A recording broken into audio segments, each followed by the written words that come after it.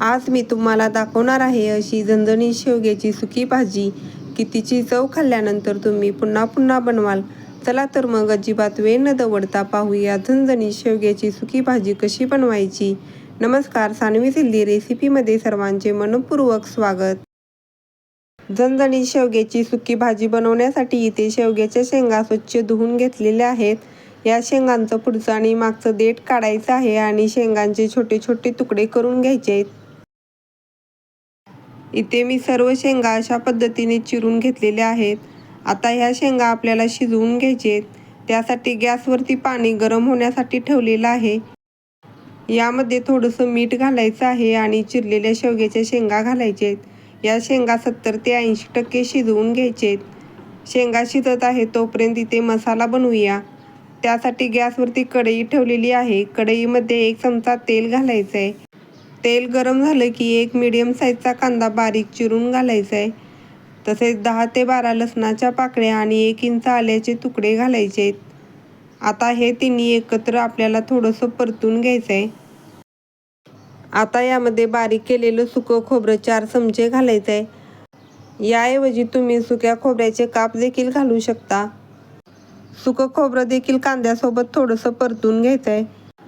तसेच 1 चमचा अख्खे धणे घालायचे। आता यामध्ये एक असा इन्ग्रेडियंट घालायचा आहे ज्यामुळे तुमच्या भाजीला छान एकसंधपणा येईल।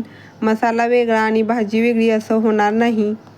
यामध्ये मी 1 चमचा बेसन घातलेला आहे। बेसन देखील छान भाजून घ्यायचं आहे। आता हा मसाला तयार आहे। थंड झाल्यानंतर मिक्सरच्या भांड्यामध्ये घालायचं आहे। यामध्ये 2 चमचे लाल तिखट घालायचं आहे किंवा तुम्ही तुमच्या आवडीनुसार कमी जास्त करू शकता। तसेच पाव चमचा गरम मसाला घातलेला आहे। आता स्वच्छ धुवून बारीक चिरलेली हिरवी कोथिंबीर घालायची आहे।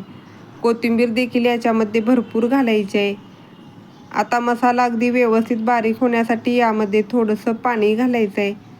पाणी घातल्यामुळे मसाला छान व्यवस्थित वाटला जातो। आता हा मसाला मिक्सरला बारीक करून घेतलेला आहे। तुम्ही ते पाहू शकता। मसाला बनवेपर्यंत शेंगा देखील इथे 70 ते 80% शिजलेले आहेत। आता गॅस बंद करायचा आहे। आता भाजी बनवायला सुरुवात करूया। त्यासाठी गॅसवरती कढई ठेवलेली आहे। कढईमध्ये 2 चमचे तेल घ्यायचं आहे। त्यामध्ये 1 छोटा चमचा जिरे घालायचे। जिरे चांगले तडतडले की यामध्ये बारीक केलेला मसाला घालायचा आहे। वाटण करत असतानाच त्यामध्ये लाल तिखट आणि मसाले घातलेले होते, त्यामुळे आता इथे काही घालायची गरज नाही।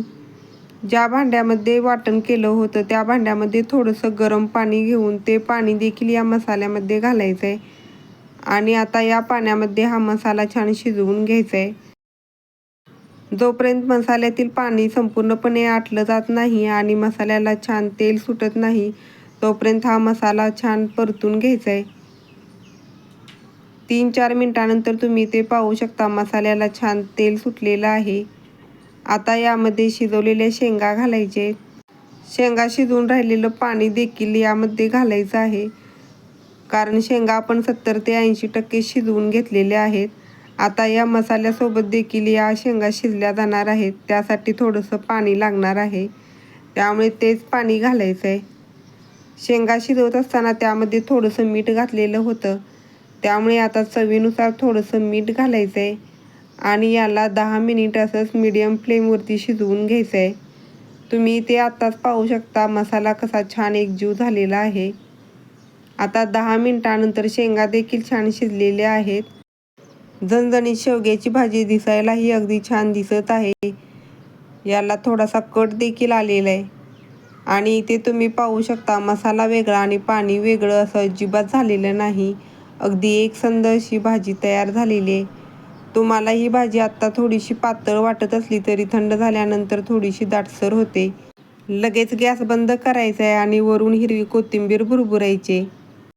आता झणझणीत चविष्ट शेवग्याच्या शेंगाची सुकी भाजी तयार आहे। दिसायलाच ही भाजी इतकी छान दिसत आहे, तशीच चवीला देखील अगदी अप्रतिम लागते।